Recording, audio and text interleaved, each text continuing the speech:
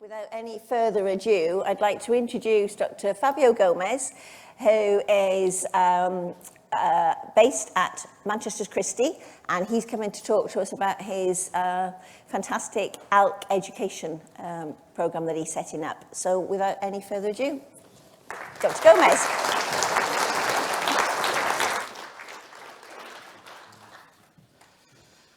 Great, thank you, and morning, everyone.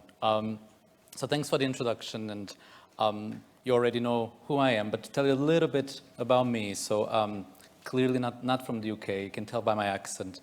I was trained in Portuguese, trained in Lisbon, and then a few years ago, probably close to 7, I moved to Manchester to do some research. The plan was to stay for 1 year, but here I am, and really enjoying it. And for a few years, one of the areas that I've been interested is ALK. So I do primarily lung cancer in Manchester, and ALK has been always an area that I had an interest.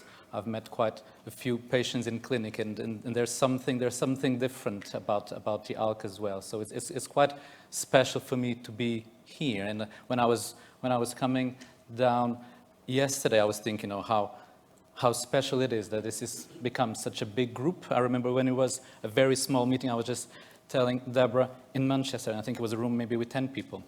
So this has changed, and this has grown quite a lot, and it's quite special for me. So big thank you for inviting me.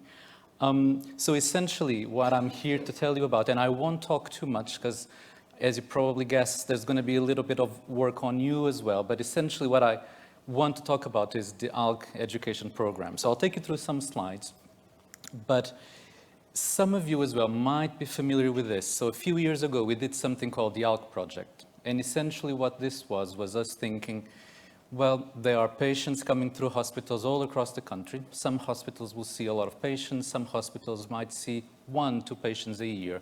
So how can we understand what is the practice across all these different hospitals? What are the outcomes for these patients? So we decided to do this ALK project, was essentially a real-world data collection project where we, in Manchester, myself and Dr. Summers, decided to reach out to colleagues across the UK and had a lot of engagement and built this large data set that allowed us to inquire and understand particularly the changes and the evolution in terms of survival and the significant changes that have happened over the last few years. So we would say, no, that was quite successful. COVID made things quite harder for us to then continue that collaboration across the centers, but the key message was there. It was possible. But also another key message was there was a need for education across the board. And that was not just for patients, not just for the oncologist, there was across the whole of the system. So we felt that education was a big thing that we needed to invest on. So on the back of that, we've now come up with the ALK education project, and we got funding for that, and that's why I'm here to tell you a little about that and invite you to be part of it. So what it is, it's and I'll tell you a little bit more detail, but essentially what we want is, as the name says, develop material for education that is targeted across the system. And we expect to launch that in June, so we have months to prepare that. And again, a call out for you to get involved as much as you want to. So what will the project do? Essentially what we're building is a web-based platform for education. And we want to develop that in 3 main modules. One module that is very much tailored and focused on the patient, carers, and family and relatives that want to know a little bit more about it, and feel more confident and empowered about it, but then also to tackle colleagues across the pathway. So we think often GPs, chest physicians get involved early on with the diagnosis, but often people aren't thinking at that stage, or may not even be that aware about the ALK. So how do we tackle that part of the pathway? And then how do we tackle the oncology specialists as well? So, and within the oncology specific module, then we're looking perhaps more at our specialist nurses, our junior doctors, but this will probably be very helpful for consultant level as well if they don't see as many people with ALK positive lung cancer as well. Now, as I've said, what it is important is that it thinks about the whole of the pathway, from the moment someone is getting symptoms, being diagnosed, and across the treatment spectrum. And you see that there are 3 color codes. You may not see the code I can't at least see them very well, but if you see the colors, we can see that for patient-specific content, that is important across the board, from the diagnosis all the way to treatment. When we're thinking about more the primary and secondary care colleagues, we're thinking more of content and focus around the diagnosis, but also I believe there is a need for awareness, because all of you would engage with your GPs, and often the GPs will have no awareness about what this is about and what treatments there might be or side effects. So there is still a role there, although the majority of the role is around the diagnosis time. And then when it comes to the oncology specialists, then the transfer happens around the time of after post-diagnosis, so it's more focused on the treatment. So really what we want to do, we want to educate, and as part of educating, I'm a big believer that data is quite important, but also cases and stories are really powerful. So we want to use all of that. And if we do that and if we empower by educating, we make a big difference when it comes to decision making. So everyone is a little bit more comfortable in asking the right questions and feeling more confident in the decisions as they're made. One thing that we felt as well, we might want to build on this, and that's for all of us to discuss, is do we want this to be purely an educational platform, or would it be of benefit for this to be a platform where updates could be shared on some key developments or some sort of network? All of this is for us to shape, but the core is around the education. So this has been funded, as I've mentioned. We're really, really happy for that, because sometimes it's hard to fund educational projects. And we have recognized Pfizer, who funded this, so we're really pleased. And this is being led by us at the Christie, but this is going to be a collaborative with colleagues from around the country, but also potentially some colleagues outside of the UK. And this is all being delivered by our School of Oncology at the Christie. So I'll introduce you now, just because you'll see her. So on the table there's Rachel. Rachel is our lead in education at Christie in the School of Oncology. So she will be working the room with me in a little bit later, because we want to do a bit of a workshop with you, if that's okay. And you get as engaged as you want, so it's entirely up to you. But then I've mentioned those 3 modules, and within those 3 modules, we are identifying some leads. So myself and one of my specialist nurses that works with me will be leading that specialist oncology module, thinking about what we want to deliver there. Then we have a chest physician colleague that will be leading the primary and secondary care module. And then we've invited Deborah, who kindly came to one of our meetings already, to lead on the patient module. But we want to co-lead, so this is really an invitation. If someone within the room, hopefully will have a co-lead here, they might want to get involved. But more than just being co-lead is getting involved in shaping the content and perhaps even delivering some of that content by sharing your experiences.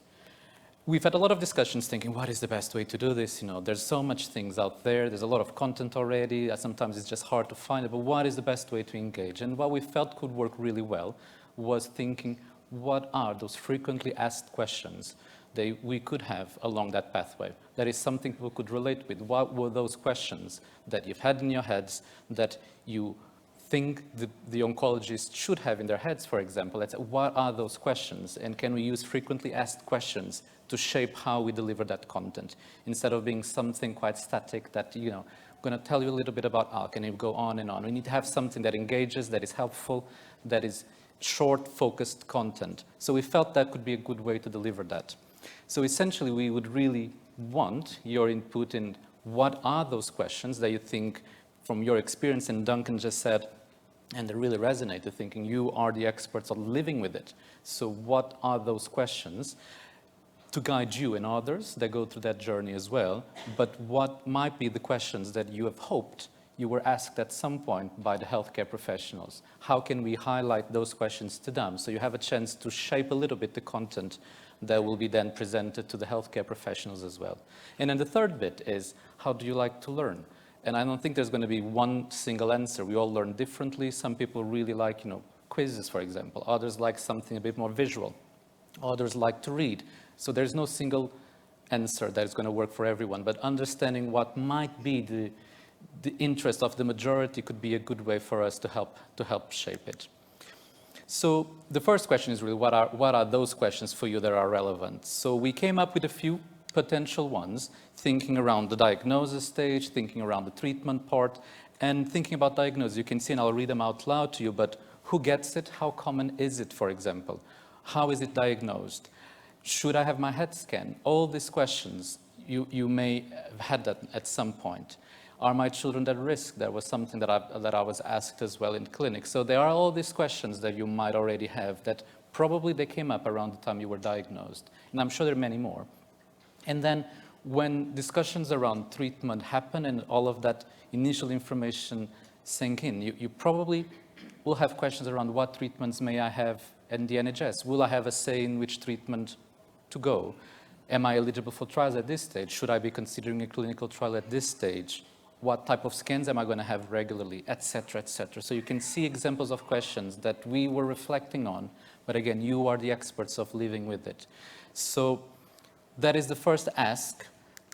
The second ask is, it's your opportunity to influence others, so influence how healthcare professionals would be trained in this same platform.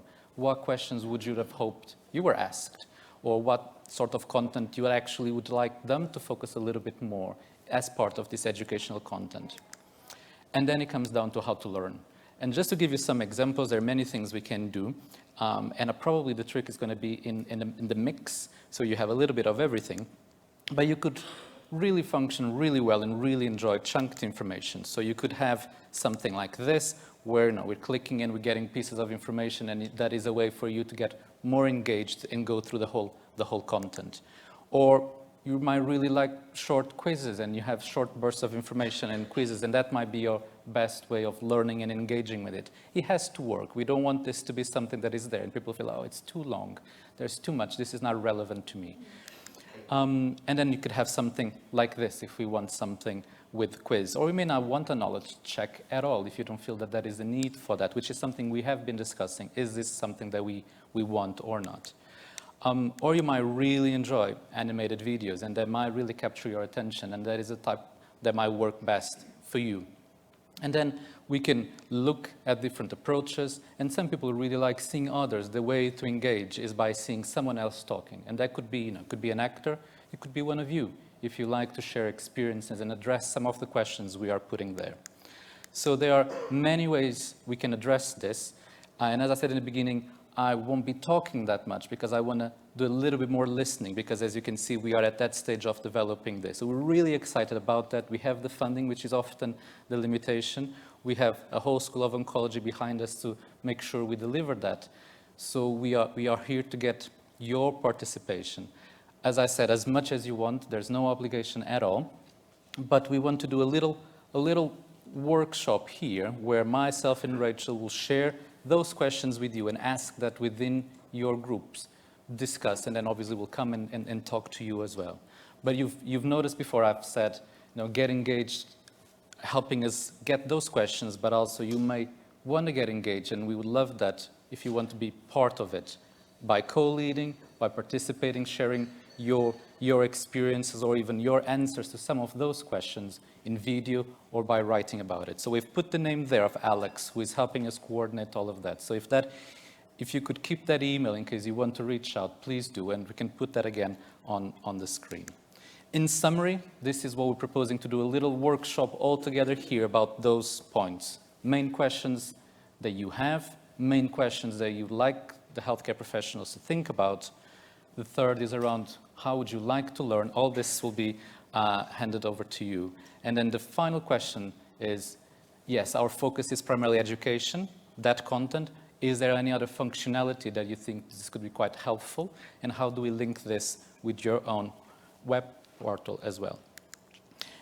I will lift this one up just for a second. So this is something we have been doing in Manchester. We've been doing this podcast, and I was invited to, and it was a really good experience. And some of you might have seen it or not, but essentially we've been doing this series on lung cancer, and I was invited to do a podcast about cancer in never smokers, thinking about ALK and thinking about this project already. So if it's something of interest, Rachel kindly reminded me to put the slide up because I'm not that good at self-promotion, but there it is. But it is interesting. If you want to have a look at. And with that, I will just double check if there are any questions on the group. Otherwise, what we'll do is myself and Rachel will give you the worksheets, essentially to have that think if within the group or your table you want to do it as a whole group, or if you want to divide into, it's entirely up to you how you feel comfortable. And as I said, engage as much as you want. And we'll just go around and have a chat to you. And essentially what we want is to gather as much as we can from you so that we can move forward with this. And hopefully some of you will be in touch with us over the coming months as well. And then all of you will be able to see it, if all goes to plan, in June, going live. All right. Oh, that was perfect. That never happens. I wish that happened every day, yeah. So thank you, everyone.